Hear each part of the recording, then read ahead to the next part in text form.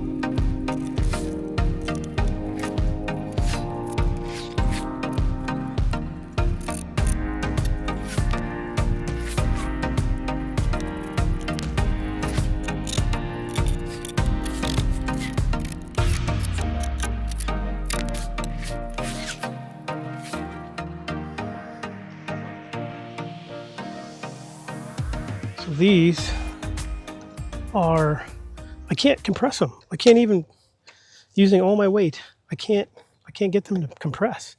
So they're starting to bend here. So that's my first. And once I move these out, it's a little more stable. I think I definitely need to go with it. Maybe build a whole frame of 2x4s. They're only $1 more expensive per, and I only need 4 total. These, they're 100 pounds. So you should go, but I can't compress them. That's me put all my weight. I can't get it to go. So I don't know. We'll have to see why it won't go. But yeah, it won't. It was bending the frame and all the things. So first test was a fail. Let's do another build tomorrow.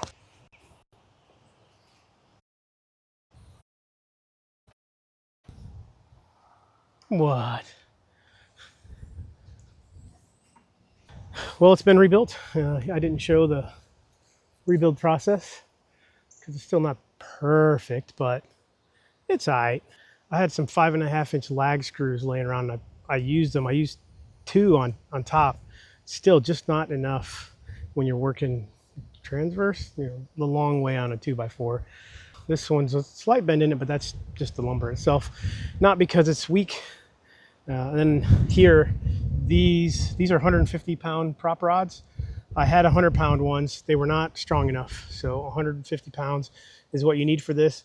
Once I had one 150 and one 100, it was strong enough, but just not quite. I think that'll be good for one more solar panel. Without the solar panels, the frame worked great with the 100-pound prop rods, but it was bending this up. I have 3 outdoor hinges. There was a pack of them for 10 bucks at Lowe's. And then in the corner here, I did put hurricane ties just to strengthen it up. I had those laying around. I had this piece of angle also laying around. This is only 8 inches. I cut this off to 8 inches and I put that up as well. A couple little brackets here just to strengthen this one. But really, you know, if it was turned on side and built like a wall, it'd probably be just the same. You know, you would maybe only be able to get one of these screws in each, but it would obviously be stronger than the way it was built with only these lags. Maybe if you want 6-inch lags, it'd be fine. Either way, with all the bracing now, it's good. It's not going anywhere. I can't get this to bend back unless I took all the screws out of it because it's like permanently a little bit angled like that. But yeah, these turned out really well. It does stress those pivot points a little bit, but that's not bad at all. I really like that. It's holding up well. Same thing over here. Looks great. Hey guys, I'm jumping in here from the future because there's a couple questions I think I didn't answer as I'm trying to edit this video. So first, These are not bifacial panels. Probably a good spot for bifacial panels. They were 186 bucks. I only saved like 30 bucks not buying bifacial. When I go to buy another one and more, I think I'm going to do bifacial. And maybe if I expand even further, I'll take these and if I put them on the shed or somewhere else where you don't need bifacial. But they are Aeterna-Sol, A-E-T-E-R-N-A Sol is the brand. So they've got all kinds of them under that brand. You can also buy the bifacial ones. So those are the panels themselves, and I didn't talk about them. So there you go. And the other thing I wanted to talk about was the design. If you watch the time lapse of the original, I mounted the first 1x4 here, and then the other one hinged, and they basically collapsed on each other.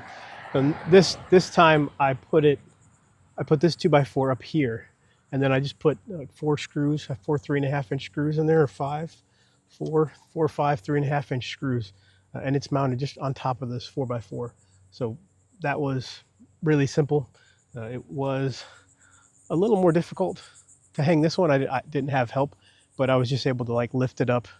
I built the whole frame over by the shed and carried it over here and lifted it up and just put a couple screws in, and then held it up while I propped these prop rods on. So it wasn't too big of a deal. It wasn't too hard. I just wanted to let you know that that's how it's built. That's how it's actually held on there, because I didn't explain that very well the first time. And I'll give you a close-up here of the build and the hinges. And then I made sure to put the hinges as far out as possible on this time. And then obviously one is just centered, and there's no support in the center. My crooked old fence is holding up. If I want to, I can put another post right here in the middle, because these posts are half-eaten by wood bees. There's one last design feature that kind of has to do with these solar panels. Now you can see the reflection of the sun. These Aeterna-Sol panels have a bunch of extra mounting holes, so not just the standard 2 holes. That generic solar panel on the shed over there has just the 2. So when I fixed the mounting, I had to drill 2 more holes. So what that'll do for you, and what it means, is this bracket and where these are located are not mounted. This is, I think, the standard location, and then there's a hole up here, and there's 2 more up here. I went with this one, and I put it on the bottom slot of this bracket because of this clearance right here. If it was here and I opened it, I think it would hit the fence. Depending on your location, your fence, how high you have it, your posts, this is going to be, the length of this board is going to be a work in progress. I was able to get 3 boards out of it. I can't remember the length of it, but they're not very long. It's 23 inches maybe. The length of that board is going to depend on your mounting, where you're going to mount it at.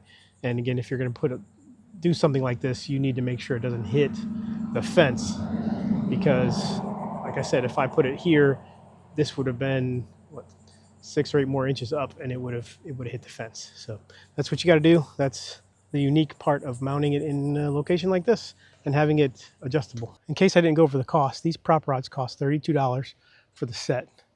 Each 2x4 was $5. I bought 1, 2, 3, 4 of them. These 2 on the top and the 1 on the bottom, I didn't even cut. They're 8-footers.